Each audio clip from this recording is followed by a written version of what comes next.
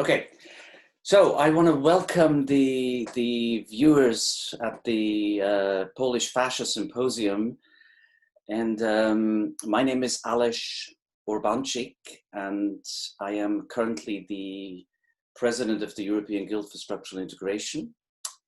I have with me two collaborators in this webinar today. My left is Cornelia Studer, and we have Bert Schmitz. Bert. Hello. I want to talk today a little bit about an interesting topic regarding structural integration, which is the transmission of the work from one generation to the next and one from practitioner to client.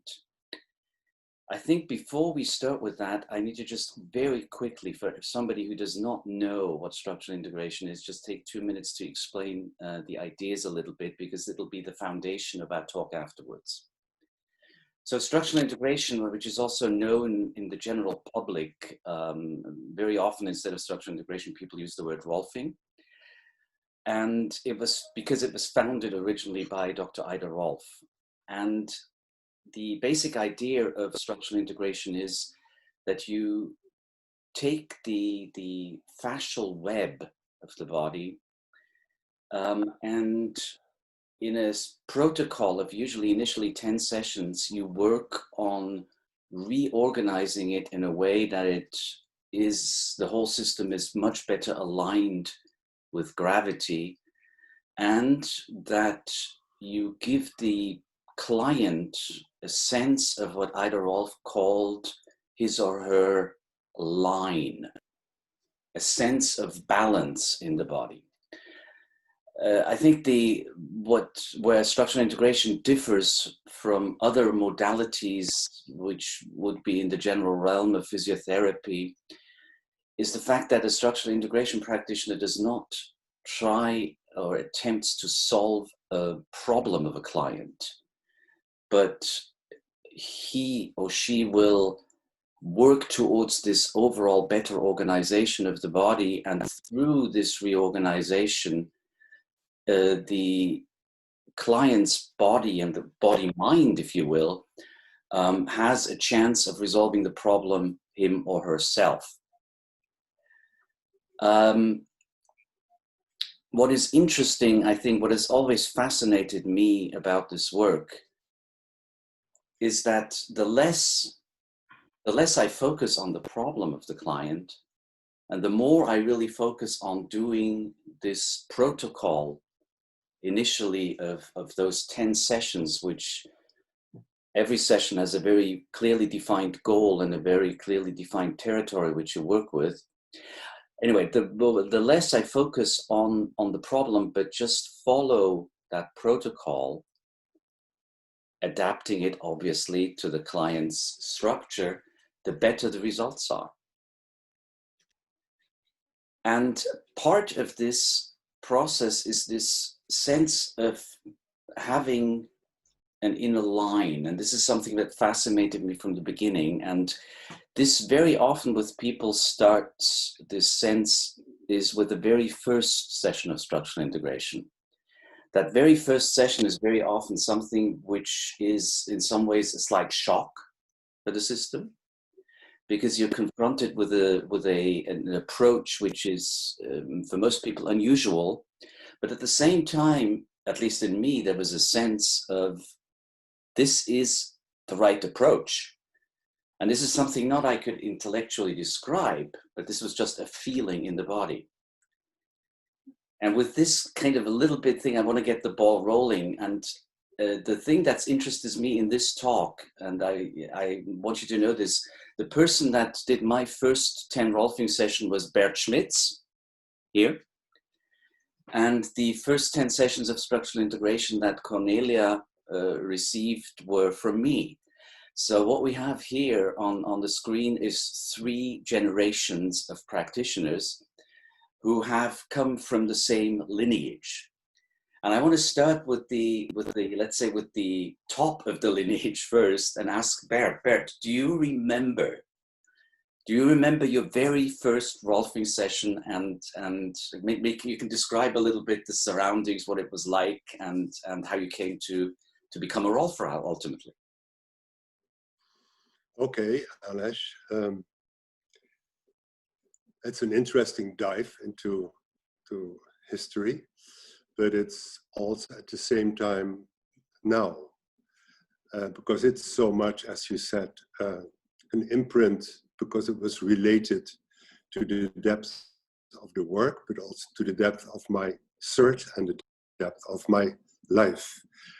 And so it was very much related to a ground of motivation and was informed by. And it was maybe certainly, you know, I was Rolfed in 75.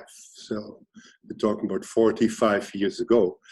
And it's amazing how time doesn't make any difference in that sense, right, in that experience. Of course, in your experience in terms of what you did with it. right. But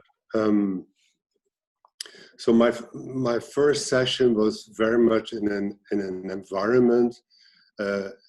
Psychologically, I just finished my study as a psychologist. I did my MA and was looking for myself in that, which I didn't find. And so a part of my journey to Esalen in California was related to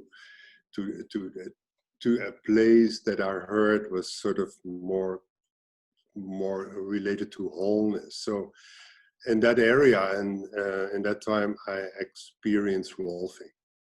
And I must say, maybe the first session was not sort of, it was extremely painful for me. And I realized only after the third session, actually, that it was me who was creating the pain. Actually, in the third session, I start feeling whole. I start saying, shit, here's something happening that I was not aware of. And where I was sort of fighting my relationship with the Rolfer, I was fighting with myself. And from that moment, I thought, God, I should do the first and second session again, you know, because I did something wrong. But it was actually sort of experiencing that sense of wholeness, of being informed, of coming home, of finding something I never experienced before, I was looking for. And of course, that was the basis and the beginning. But the sense that there was an embodiment taking place, an embodiment of an experience of space, of consciousness. And that embodiment, I thought was something that I was looking for. I didn't know where it came from, but I had a tool, I had an experience through hands, through a system that had the landmarks or something for that journey, next to other things I did at that time. And so it's very much related to a sense of balance, of equilibrium, of rest or silence or peace, those kind of things. And I felt, but I don't know if you want me to continue from this point. Well, just as just as that very first experience, yeah. Maybe I can pick up on what you said for a moment, because I don't know how many years later, maybe 12 or 15 years later after this experience you had, I had an experience with you. Right. And to give you a little bit of a background, I was in a really bad state in many ways at the time. I was in a psychologically bad state.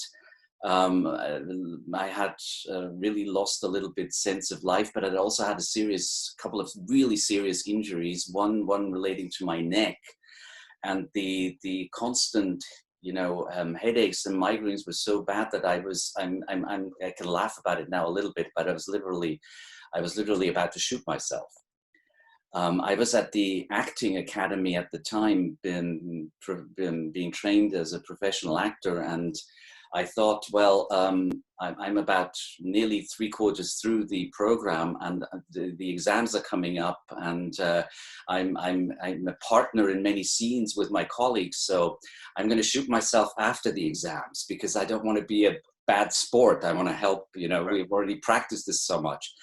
But in all of this, my knee hurt. My knee hurt after a meniscus surgery. Even years later, it still hurt. And it hurt so much that I couldn't walk properly on stage, which was not good for an actor. So I went to Bert, and of course, the knee thing, that was kind of a sideshow because we had that under control fairly quickly. And the effect of that 10 series was that I realized that a good part of the problems, also the psychological problems I'd had, were actually stuck in my body, because of course I didn't feel perfect after 10 sessions, but it was like seeing the light at the end of the tunnel a little bit, you know, like a glimpse of a light. And I have a really, really clear recollection of that first session of rolling with you, because there's two things. You said pain. I would not qualify that as pain, even in recollection. Mm-hmm. It was incredibly intense. Mm-hmm. I mean, it was one of the most intense things I probably ever experienced in my life of the stretch of an hour, you know. But at the same time, from the first moment that you touched something, I knew by the way that you touched them, but the way you held something, that you had a plan, mm-hmm. and that you had a project. Mm-hmm. And that we could collaborate on a project. Mm-hmm. And that made a communication possible, which didn't matter how intense it was or how not intense it was. It just didn't make any difference. You know, you were just in a collaboration on something. Nice. And I literally remember that after that first session, this was in Zurich in Switzerland, I think I walked around Zurich for about 2 days, literally not quite knowing who I was anymore. I'm not joking about this, you know. I was really totally in a different world. And of course I thought, geez, I mean, if 60 minutes of work can do this, what can happen if you go for 20 or 30 years, you know? So ultimately, you know, I started practicing other modalities like that, like yoga and meditation and stuff like that. And 7 years later, I chose to become a structural integration practitioner myself. But that very first moment, you know, where somebody puts your hands on you and knows what he's doing, is so profound for me. Beautiful. Yeah. That I'll never forget that. Beautiful. Yeah. Nice. And then Cornelia was like, I don't know, probably 20 years later after that. Yeah. I was about 25. It must be in, I don't know, 2000 or a little bit before, something like that. No, it was before. It must have been like 1996 or 1997. Oh, maybe. Or something like that. Yeah. Okay, so I came to you because I suffered of huge back pain, and I also had panic attacks.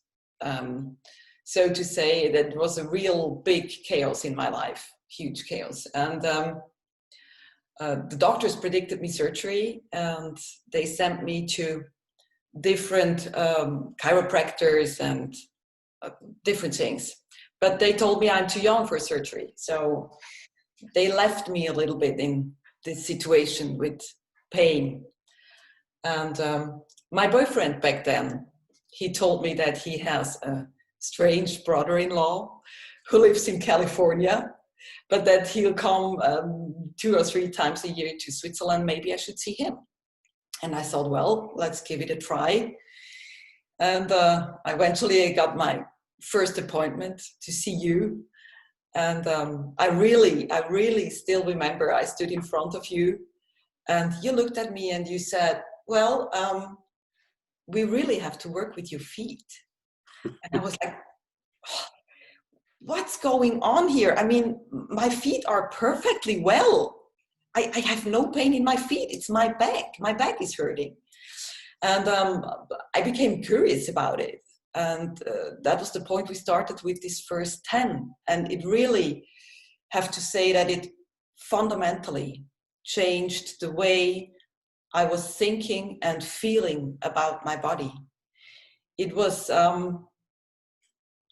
just a different life started to me, because standing on my feet and feel them, sturdy feet, helped me so much with everything, with my panic attacks, with my back pain, with almost everything. And the thing was also that you helped me with my yoga. I did yoga for quite a long time, but unfortunately it never helped with my back pain.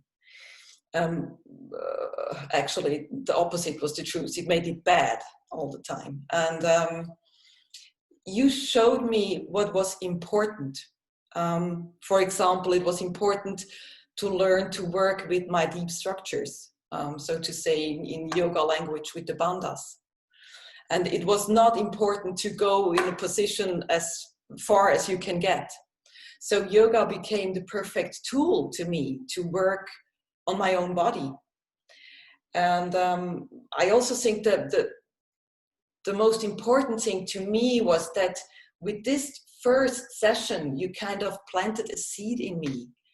It began, a journey began, like it was this ongoing process of curiosity about my body, about bodies in general, about how it works. And this was really life-changing.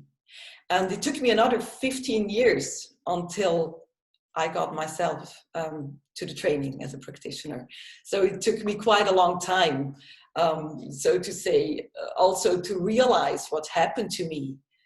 Because yoga and rolfing is something that really is deep in my structure and deep in my life. Right. Well, I think sometimes it takes a while for a seed to grow, and in my situation, I remember that the way Bert worked seemed totally out of reach. Mm-hmm. Me to even imagine to make that a profession. You know, it seemed like there's somebody there who comes from a totally different world, and he can do things which I have no idea how he does it. That's true. It's also about the shock, you said. Yeah. I mean, the first session can really be kind of a shock because it's so different from everything you experience. Yeah. Totally. Every time a journalist asks me for an interview about structural integration, I tell him I'm going to do an interview with you after we've done 10 sessions of structural integration. Before that, I'm not going to even talk about it because you won't know what to write about. Right? Yeah. But what is, Bert, I want to ask you something. There is one of the things that over the years has made this work so special for me is this attempt over these 10 sessions to reach a client, mm-hmm. to communicate on a deep level, not to look at the client as an object which you need to fix or something, but to look for this connection. What is there in the psychological realm? Can you speak about this difference between if you treat somebody or if you look for a deep connection? Well, I just mentioned embodiment of something, of space, of consciousness. And I believe that embodiment is bringing into the body a feeling of what consciousness is, of stillness is, kind of the Zen state of being in the presence, being informed by the presence. And of course, to bring that kind of consciousness into a person, in myself, means we need to come in this body, to come in this world. One aspect to comment as well is to put your feet, as Connie said, on the ground and relate to gravity. I think that's a very important thing, because then you acknowledge that what is there, and there's a lot of help being in the body, being in the breath, because that's the only thing we have from the moment we're born. But that has at the same time an enormous effect on the mental state, because the mental state is so much related to the brain, and the brain is so much related to learning and finding out, has all the potential in itself. So in a way, to sort of say, what does the body, on one sense, what does the body need from the conscious space, to be open, to listen, to hear, anything that Ida Rolf is teaching about is like, what is that structure? I'm always amazed by people saying, oh, structure integration. Do you know what it really means? To me, it's like structure is we don't know that structure. And Ida Rolf actually was always saying, we don't know what structure is. You have to listen, and I think I remember some Rolfing teacher said, listening is feeling, is touching. It's like we have to become whole in some sense to also do their work on another person. It took me also about maybe 7 years before I trusted to think that I could do this kind of thing. Just like you said and Connie said, it was like I had great respect for the guy who was Rolfing me, and Ida Rolf, but I thought, this is a world that I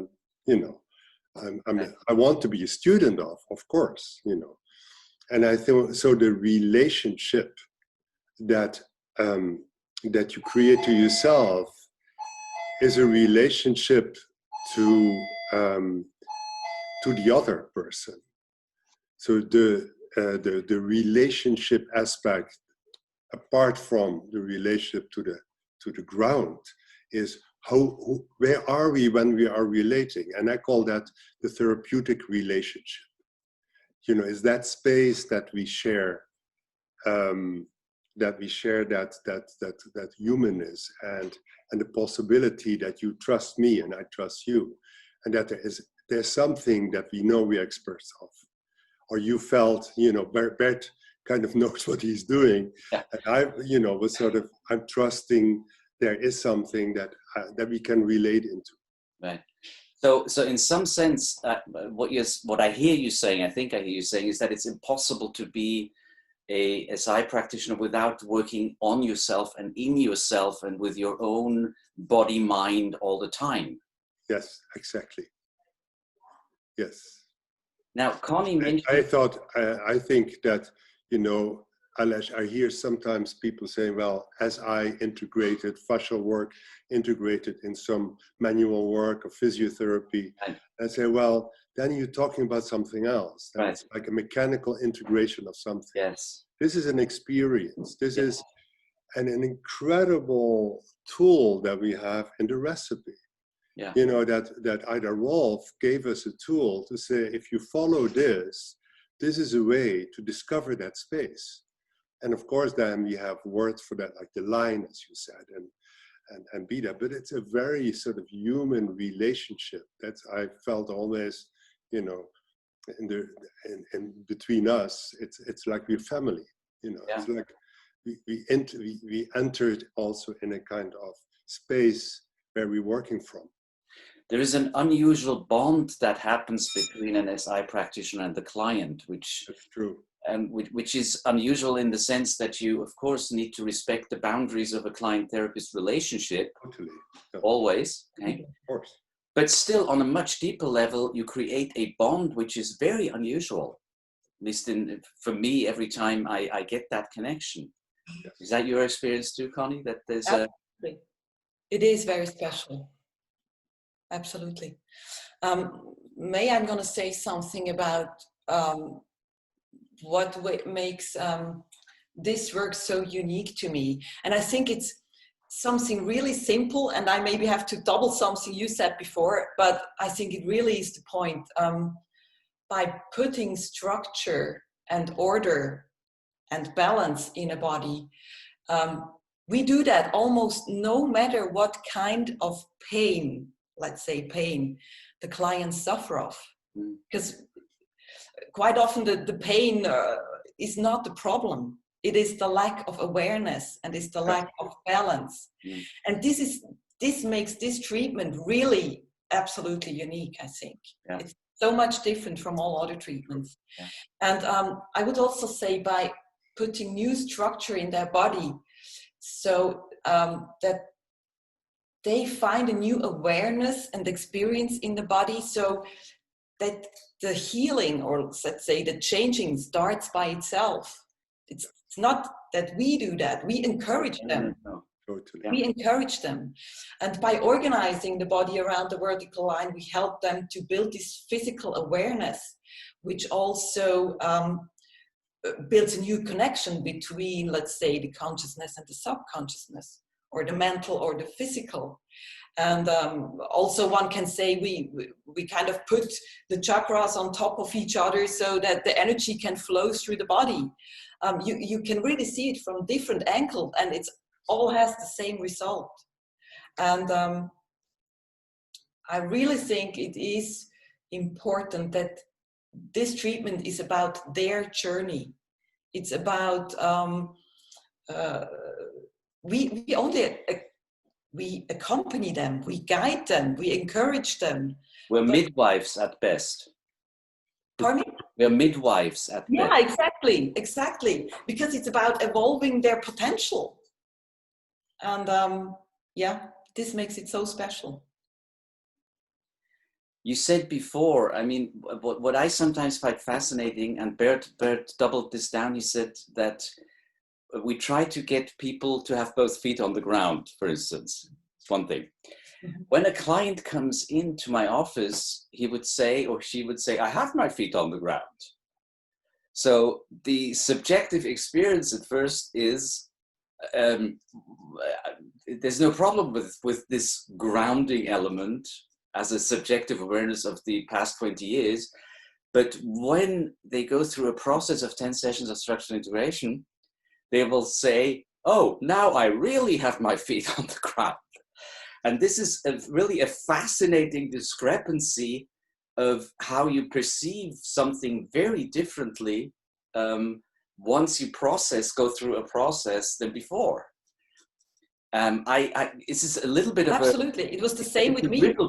My feet are perfectly well. Yes, there's no problem with my feet. I don't know quite from brain organization, neurology, and how that works, that people can actually perceive as having both feet on the ground, and we looking at them clearly see that this is not the case. Well, I think that is because we are very conceptually trained. You know, brain is very much, the power of the brain is the concept that we can form about what we perceive, because whatever we perceive is so much, you know, we just select continuously. So we are conceptually trained and over-conceptually trained, and sort of the mental structures take over they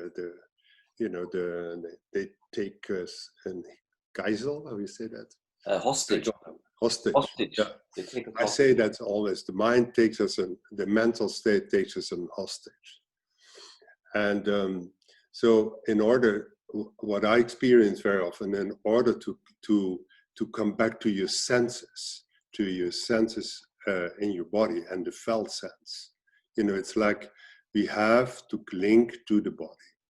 And we think we are connected. We think we have the feet on the ground. I'm stable, whatever. But then when you really start connecting to your body, you start feeling, you know, you have an entrance tool. And then you start seeing your conceptual world. You start seeing, oh, I was just thinking or making that up or believing strongly in it, and I'm not. So there is a sort of coming to your senses, coming to your body is a measurement for reality, which is not based on a sort of made reality, you know, sort of virtual reality. And I feel that because we are biological, we are life, we are organic. When we get back to that, we have really the tools and the way to get into consciousness, and to because we become whole in the body, we become whole in our senses, we become continuous. And that's the interesting thing, and also related to the connective tissue, you know, that we can see that is as an organ has that kind of quality of continuity, of not interrupted, not being interrupted. And the mind is absolutely not able to perceive, you know, the mental structures cannot perceive that wholeness. So we have to we were always confronted with the mind that makes up stories. You explain them something about structural integration, and they say, yes, I understand, but you know, as you said, the journalist, you want to give them the 10 sessions before. Yeah. Because how can you talk about something that you cannot, you know, touch? I want to pick up, Connie, do you want to say something? Yeah, just quickly, because I experienced that also in yoga lessons. Quite often they tell you in standing position, you have to find your center or let your roots grow. And if you don't like where your center really physically is, like the really deep structures, you're not going to get it. Exactly. Absolutely, because it is a physical thing. It's not a mental thing. That's a good. Yeah. Yes.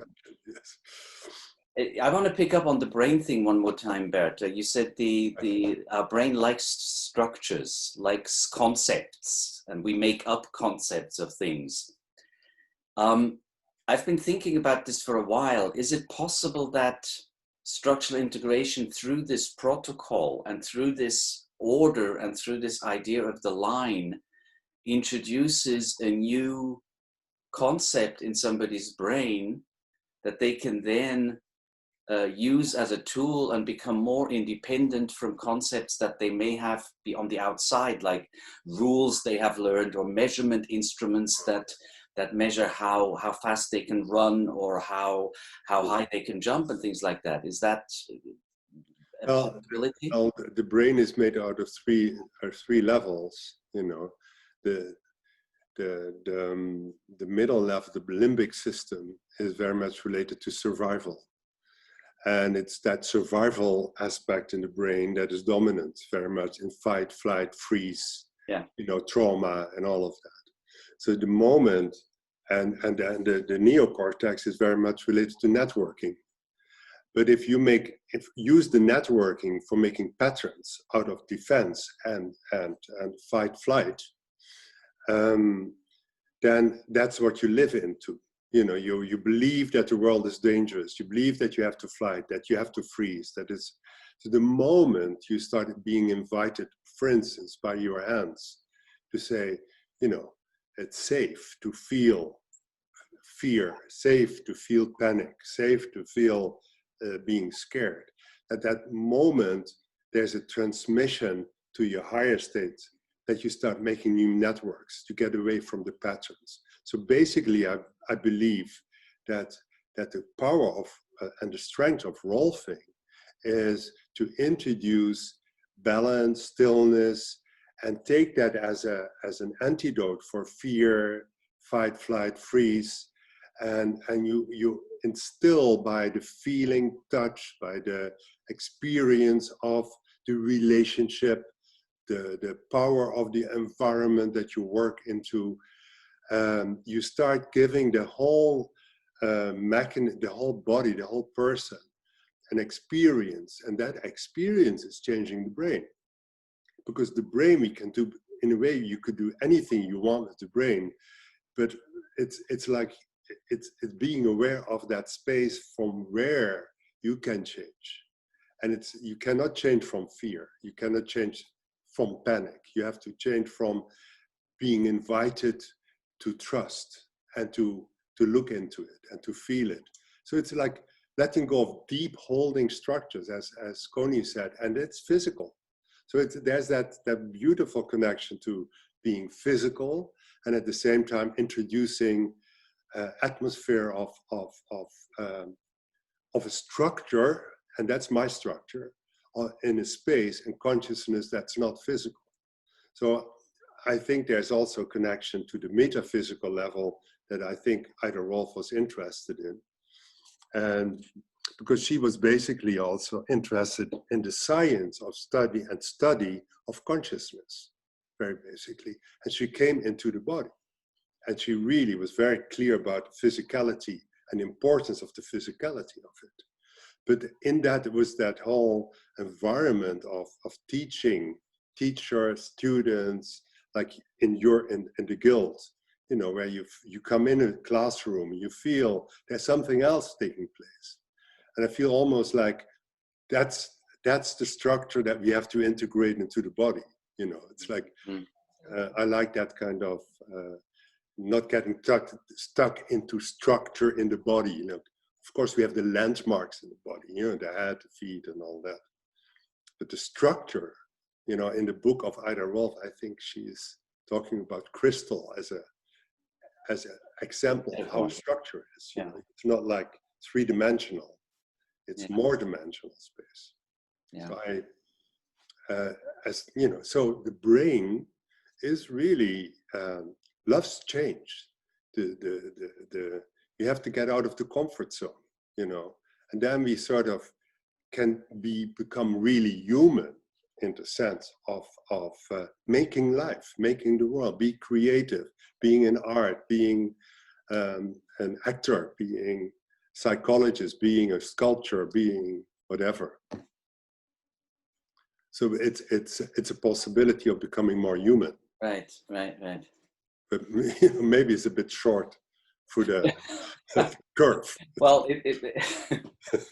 I don't know what your experience is, Connie, but I have found it always fascinating that you can have a sense after a Rolfing session or after a structural integration session, you can really have a sense that your body is more secure in gravity.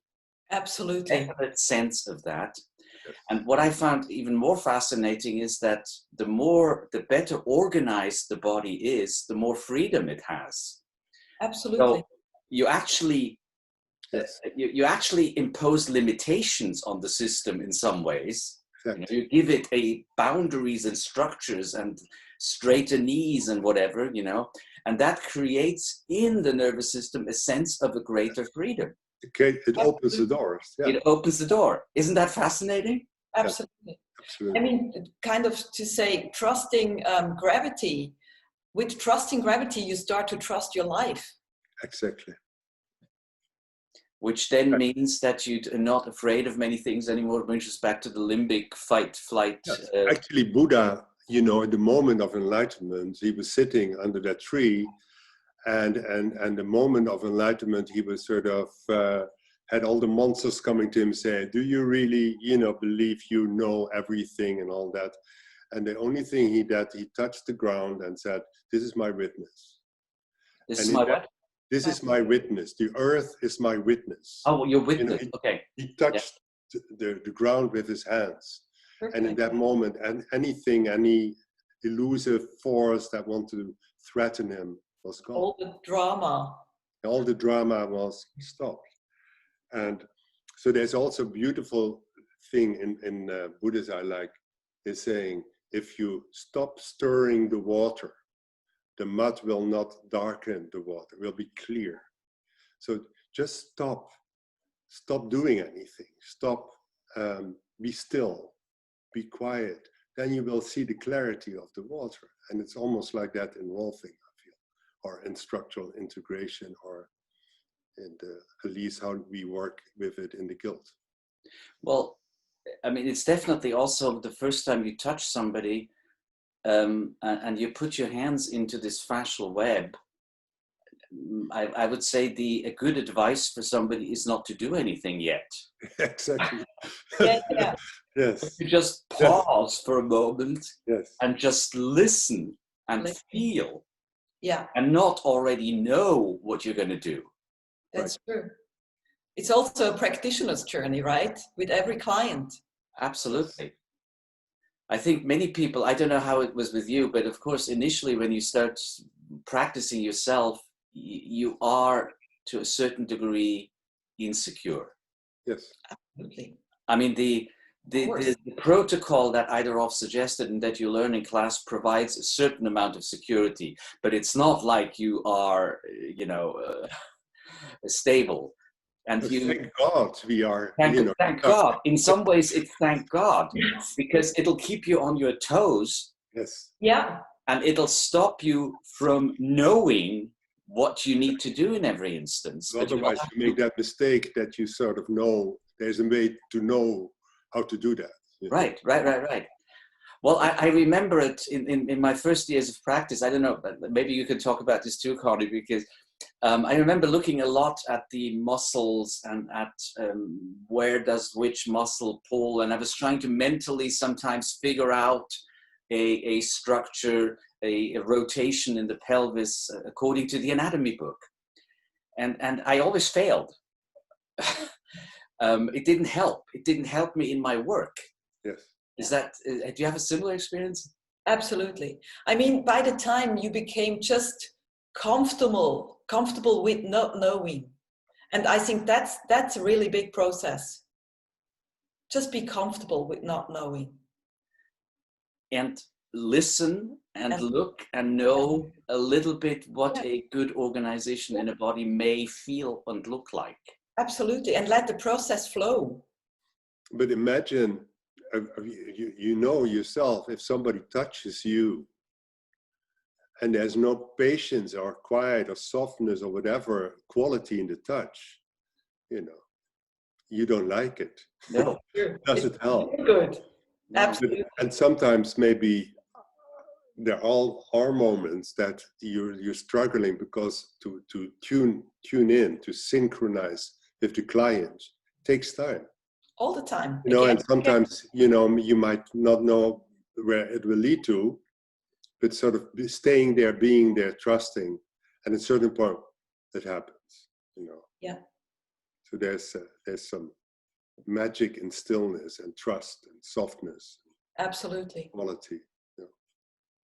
And it's an ongoing journey. It never stops. No. Never stops. I sometimes have a sense that it's very hard for some practitioners to handle this amount of insecurity. That there is initially after you come out of school, there is a sense of how am I going to handle this insecurities, and there is sometimes a tendency for practitioners to start doing this workshop and that workshop and another workshop and try and fill the void of this insecurity by adding more information or more modalities or something like that. Yeah. And in some ways, what they would need to do is just risk the insecurity and follow this protocol, which leads me to the question, how much of this whole experience is the protocol itself? The 10 sessions and in the order that they're done. Could you have a similar experience freestyle or totally freestyle? No, I don't think so. And why not? Why not? I mean, this is... You mentioned it in a way, the insecurity factor. It's like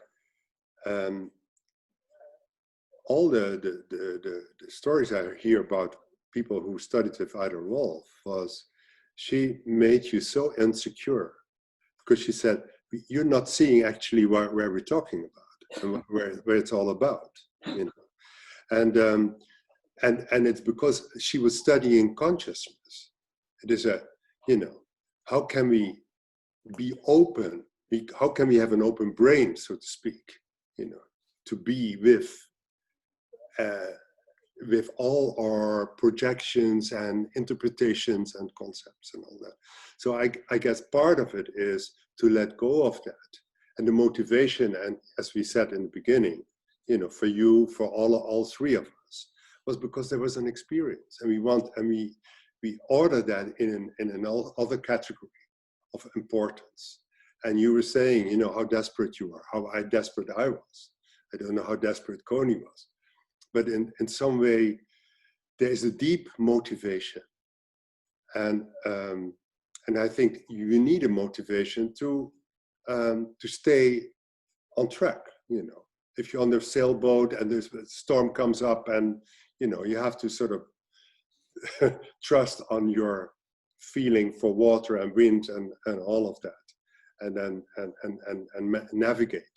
So I feel that is part of the training. And of course, there are people maybe don't have that deep motivation yet, but there's an attraction. And I understand that if you would study structural integration just because they have a good job and you think it's interesting, and you get some results, you probably will have some results on a certain level.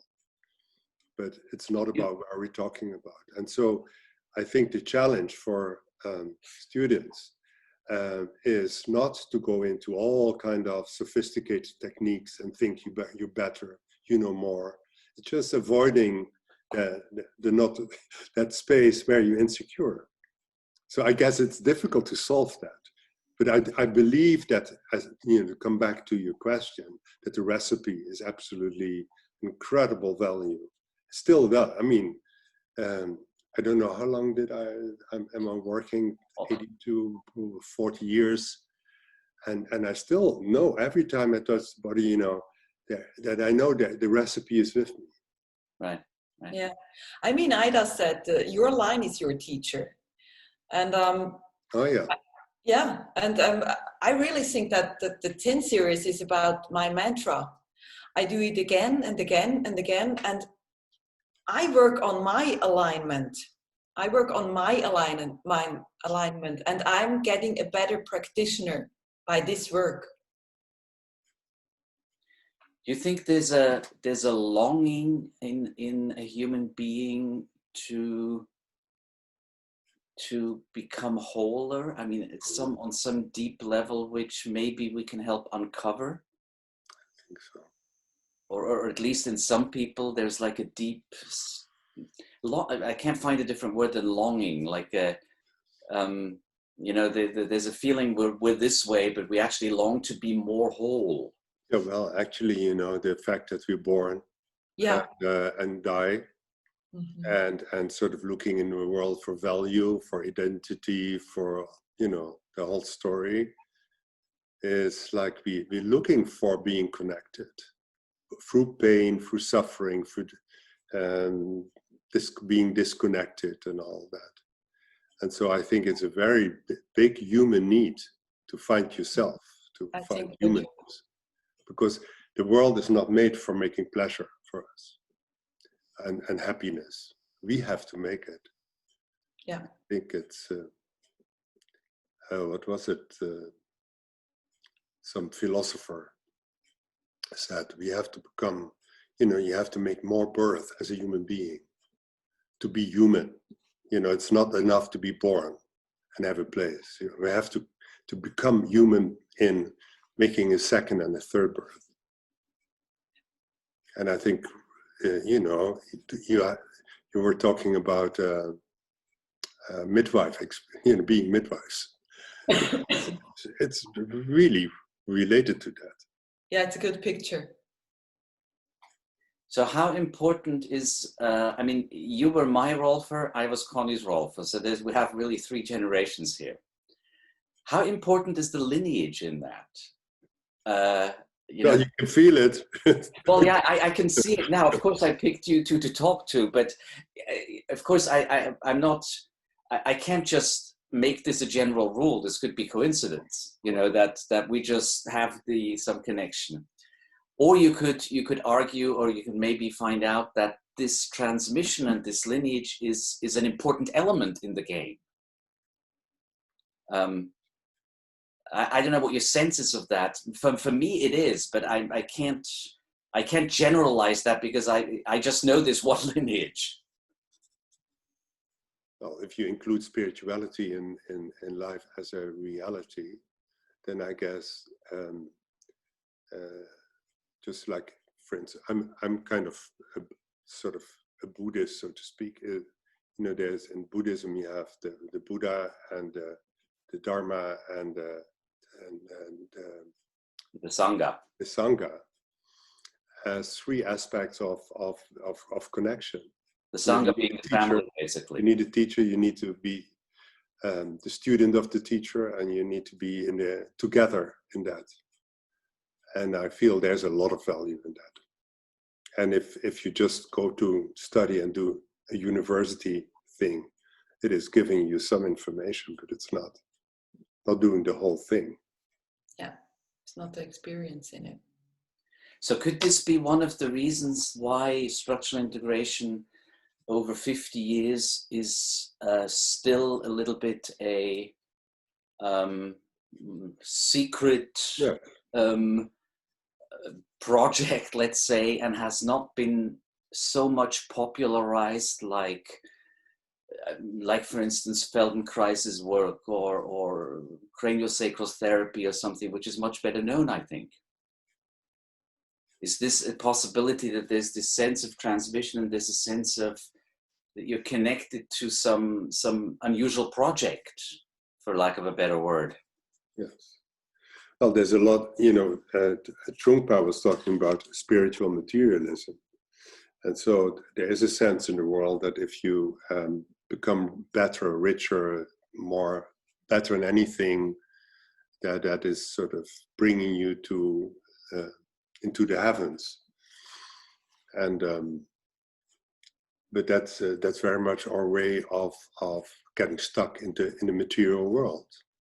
And then so he wrote a book called Cutting Through Spiritual Materialism, and was really talking about, do you really think you get enlightened by being a vegetarian or something? That was the topic in those days in the States. Right. It's like yes, we are grasping on knowledge and things and importance and money and growth and all of that to be secure that we all will die. And he said we will perfectly die, actually. There's no doubt. We don't have to doubt about that. No. All the rest. At some point. Yeah. So there's something I think related to where when you touch, it's about more than knowing a technique or being part of a club. That you are, you are in the study and search of something, and if you meet like-minded, that's wonderful. It's like that's also happiness, and that's really like coming home in a certain. Yeah. It's community then. Yeah, because then maybe when I die and you're around, you probably hold my hands when I die. Yes. And it's sort of not say, oh, I have something more important to do. Right. It's like people who are with dying people, they know that experience of connectedness and there's more than just the physical world. But since we're physical, I think let's be physical. Let's be totally in our the here and now. In the here and now, what we are, because we can only talk because we have our senses, and we have everything we have is in our physicalness. Yeah, and in that's through the physicalness we can find our spirituality, I guess. But a lot of people think in this virtual world that if you get this and that and such and so, that is really bringing you home. But it isn't, I guess, in my perception. Well, I think you mentioned this, Connie, while you're working, that the first thing is not to look to the other person, but to look inside, find yourself, and Absolutely. Then from there. And so your eyes are not looking for something, but they're looking inside first. Yeah. You remember that in the book of Ida Rolf the first page was about Buddhist text. Yeah. Saying, don't believe in anything. Don't believe in people, things, methods, whatever. That's really the challenge. Yeah. So let's not mistake Ida Rolf's work for a technical kind of proposal for solving some physical problems. Thank you. Thank you. The physical problems will hopefully get solved through a process that does not try and fix them. Right. Absolutely. Hey. Hey. I think we've covered a lot of ground. I hope, and I hope it's been reasonably interesting for people. I hope so too. Basha symposium there in Poland, who may not know so much about structural integration as we do. But if you've listened until now, I want to thank you for your attention, and you're welcome. Have a good rest of the symposium. I don't know when our program is, whether it's at the beginning or at the end, but anyway, if there's still things to come, enjoy them too, and I'm sure you will learn from others just as much as you could learn from us. Okay? Thank you. Thank you, Aleš. Bye-bye. Nice. Ciao. Bye.